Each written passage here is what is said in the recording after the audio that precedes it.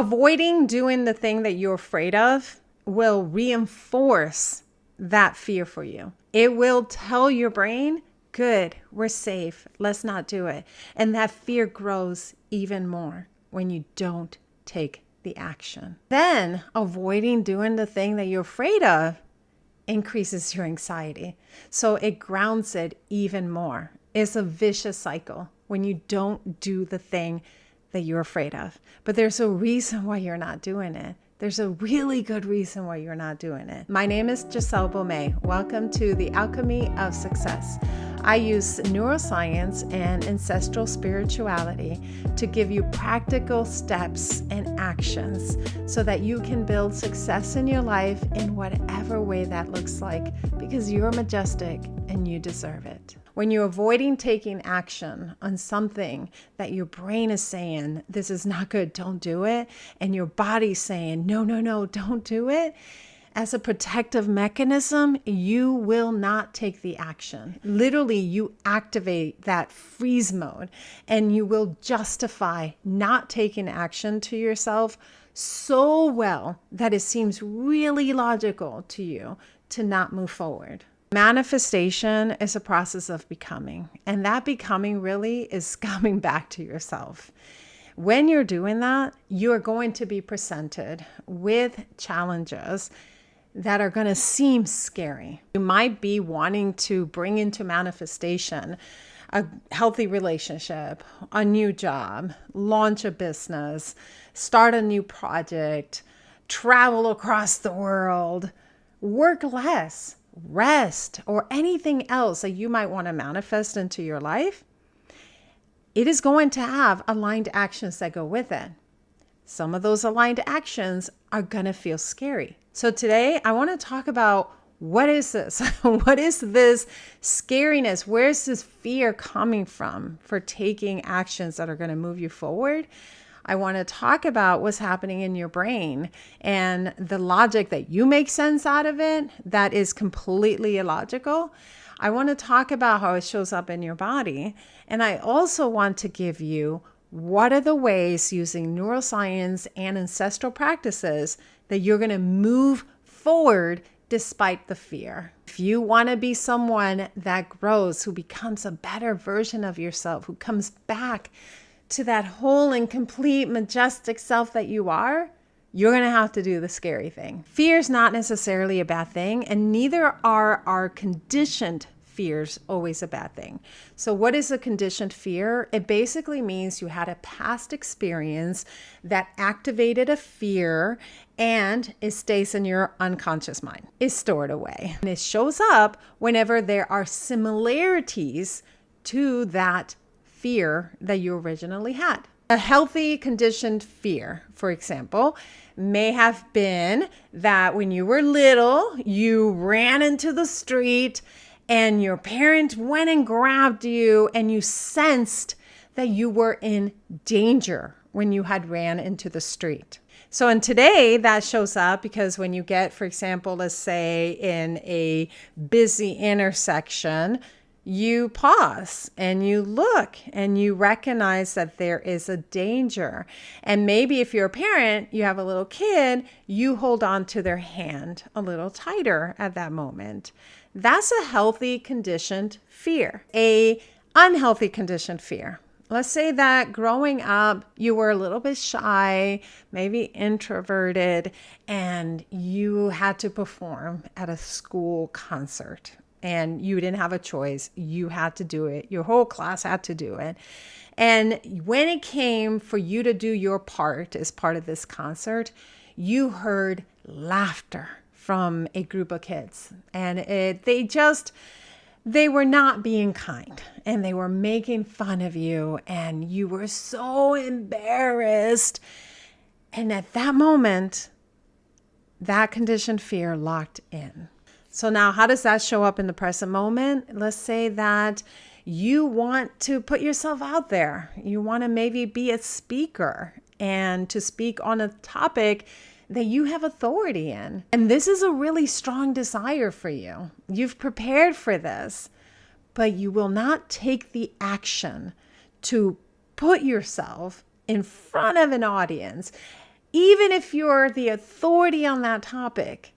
Why? Because your amygdala, that part of your brain that activates the fear, is going to say, no, we don't do this. This is not good for us. We get ridiculed. We feel terrible. We are embarrassed. Don't do it. And then the rational thinking part of your brain quiets because the amygdala is so much louder in that fear response that rational thinking is so quiet you can barely hear it. And then it even shows up in your body because maybe anytime that you think about standing up in front of an audience to speak, your breathing speeds up, your heartbeat might speed up. You might find yourself kind of holding your hands tight or holding your shoulders tight or scrunching your eyebrows, basically muscle tension. Even your blood flow will change. And so what does everything about you say? We don't do that. It's not good for us. And because during that time, your rational thinking is a tiny little whisper, instead, you will create these narratives that justify why you shouldn't do this. Might be things like, I just need to plan more. I need to take another course. I need another year to fully prepare. You know what? I've been really busy. I don't know when I would be doing these speaking engagements. Like, it's better for me to focus on what I need to do so that then later I can focus on launching this new service that I want to do. You will make sense of it. Again, all as a form of protecting yourself. And this is where you get stuck. This is where a lot of people get stuck. It makes sense to you. And then you'll say things like, I don't know why this hasn't manifested in my life yet. I'm doing all the things, except that all the things don't include doing the thing that you're afraid of. No one at that moment can come to you and say, listen, you're making excuses. You need to just book yourself to stand in front of an audience and do that speech. You need to just do it. You might say something like, yeah, you're right. I really should. But then you get home and you're like, yeah, no, not happening. Because again, you'll rationalize it to yourself. So with that, do you need to know where that conditioned fear first came from in order to overcome all of this? You do not. If you know, great. If you don't know and you're just like, it's a mystery to me. I don't know why I can't achieve the thing that I desire. I don't know why it's not happening for me. And you don't know where that fear is coming in from or the reason why it's not happening. That's okay too. You do not need to know the root. It is through working with the subconscious mind that we are going to make changes into that stored memory that you have in the unconscious mind, because that's where the root is. It's often so stored and hidden in there that you can't recall it. But again, you do not need to know the root of it. I'm going to give you the practical step to take for that thing that you're afraid of so that you can move forward from it. We're going to use a mix of what brain science says about overcoming these unhealthy conditioned fears, and we're going to integrate it with ancestral holistic spiritual practices so that we cover all of who you are. So let's begin first with what neuroscience says as a way to overcome conditioned fears. So one of the best ways to do this is gradual exposure. Like I mentioned earlier, you don't need to know the root of that fear, but you do need to identify what the fear is. Part of this episode, there is a link in the show notes for a workbook that you can go through in identifying the fear. It's completely free to you. Download that workbook and then you can do the work on your own after you listen to this episode. So you're going to clearly identify the fear. What is it that I'm afraid of? And let's go with the example that we've been using. I'm afraid of standing up and speaking in front of an audience. Second thing that you'll do then, you're going to break it and chunk it down into tiny steps. So you're not going to actually get in front of a big, massive audience and speak.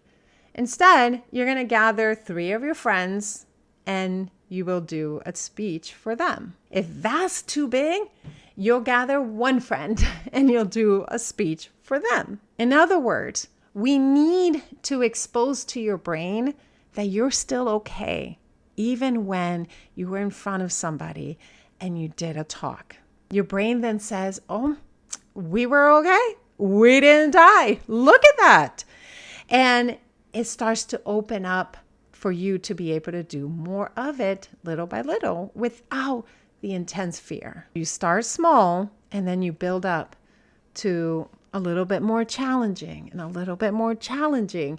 And you're exposing yourself to the very thing that you're afraid of while showing your brain we're still okay. Another practice that is so effective is visualization. So create in your mind an audience of any size that you want. And imagine yourself walking up to that with confidence and feeling good. And the crowd just being like, we loved it. Thank you at the end. It's really good to focus on the details when you're doing this. Like, look all around in your mind's eye to this room. Really visualize yourself succeeding at this. Your brain doesn't know time. So when you're feeling the emotion and you're visualizing your success, it still tells your brain, we are okay doing this. Look at us. Like, we are okay taking this step. Just like me, just like everyone else, you're going to have some of these thoughts come up during the process that make you want to run and hide. So some negative thoughts that are not going to serve you. What you'll do instead is you will acknowledge them, observe them, but you need to create a new belief. So what is that new belief? What is that new statement about yourself that you want to adopt? So that is your positive affirmation, and do it as a I am statement. So I am someone who is confident and successful in speaking in front of groups. That's just an example. And again, you're going to change the scenario, change this example, and apply it all to your own life and what you're wanting to achieve. Now, because the anxiety can show up in your body because of the fears that you will have, it's really nice to do some breath work. Maybe even just doing 1, 2, 3, 4 inhales, holding it for 2, and then 1, 2, 3, 4, 5, 6, 7, 8 exhales, and practicing that. Or you can practice something as simple as box breathing, where you're just breathing, imagining that you're drawing a box with your breath. That will help calm your body and reduce the anxiety. Another thing that I really like to do when I'm experiencing anxiety is doing a body scan. So I will notice, am I holding my eyebrows tight? Am I holding tension in my neck and my shoulders? Am I holding my hands really tight? For me, it shows up a lot in muscle tension. So I will notice those parts and I will soften them. I will let them go. So to bring in those holistic ancestral practices, I like to work with herbalism. Now, before I mention any herbs, you definitely want to talk to your doctor if you are on any medications at all and see if you can still do these herbs. But I will use herbs that will help calm my central nervous system. Chamomile is really good for calming you. Valerian root, even though it doesn't always taste yummy, but you can mix it in with maybe other teas or add a little sweetener or do a tincture or do capsules. But valerian root can also help to calm your central nervous system. And then my favorite is ashwagandha. It helps my body manage stress. It helps my body reduce anxiety. So for me, it's one of those herbs that I always have in my home apothecary. Meditation is going to make you more responsive versus reactive. It's going to help calm your central nervous system. And as you progress with meditation, you will get insights and inspired actions that are going to move you forward. Surrounding yourself with the right people is so important. You were never meant to do life alone. We are meant to be in community. One of the things that I love about my mastermind is that we are a tight close-knit community that supports each other and motivates and inspires each other. And we're going through the process of really connecting with our spiritual essence, with our intuition, with our inner wellness. And then it shows up in our life because everything is spiritual. So you'll see it manifest in the things that you desire. The mastermind is by application only. Right now, about 20% of the people that apply are admitted into the mastermind. And don't let that scare you from applying. It's basically about whether this is the right thing at the right time for your life. So you simply apply to be part of the mastermind. If it's a good fit, I will give you the link to have a 15-minute discussion with me where I get to know you, you get to know me, you get to know the mastermind, see if it's a good fit, mutually beneficial for the both of us. And then once you're in, we celebrate. Basically, you are now receiving guidance, coaching, resources, and the support of a tight community. If you are ready to level up and to grow to your next best version, starting from the inside. 2 more things that help to overcome the fear is one is energy work. So I am a big believer in energy work, and you can do energy work on yourself. You can lay hands on yourself and to just move the energy in your body, but you can also go and get Reiki done with somebody. And Reiki is just a form of energy where hands are laying over you and just moving about any blocked energy in your body. And finally is storytelling. Don't keep all this inside. Share it with somebody that you trust. Share it with a mentor, share it with a coach, share it with a really good friend, share it with your community and be supported in that. Storytelling is so therapeutic. Hear also the stories of others that have overcome their fear. That is another modality that is often underutilized. This is something that happens almost daily in the mastermind, but you can create it within your own community. And I highly encourage you, even if you're in the mastermind, to connect with others in real life, to share stories and hear stories. You are made up of various parts. We can't just do one thing and expect that this is going to be taken care of. It's a holistic approach. So you mix in the neuroscience, you do that gradual exposure, you do the visualization, you instill in your subconscious the new beliefs, and then you integrate the ancestral practices. You consider which herbs can I use to enforce this calmness in my body, to manage the stress, to manage the anxiety. What breathing techniques do I use when I am hit with the anxiety so I can come back to this moment and not that past experience? I'm going to meditate every day for just a few minutes so that I can bring even more calmness into my body, into my being, and tap into my intuition and my inner guidance. I'm going to immerse myself in a solid community. I'm going to share my story. I'm going to hear the stories of others. And I'm going to work with the energy of my body. I'm going to be shifting that energy about so that I can clear any blocks that are stopping me from moving forward. I can tell you from experience, not just of myself, but also from the people that I work with. When you take this integrated approach, when you mix in the neuroscience with the ancestral holistic practices, you get results. You get results and you move forward, and you no longer cement this fear into you. Instead, you break free. You break a little bit of that fear down until you come back to yourself and you remember, wait a minute, I'm majestic. This isn't mine. I release it. And it happens through this process. Make sure and download the workbook so that we can identify what you're afraid of and you can take the steps necessary to remove that fear and showing yourself, I am majestic.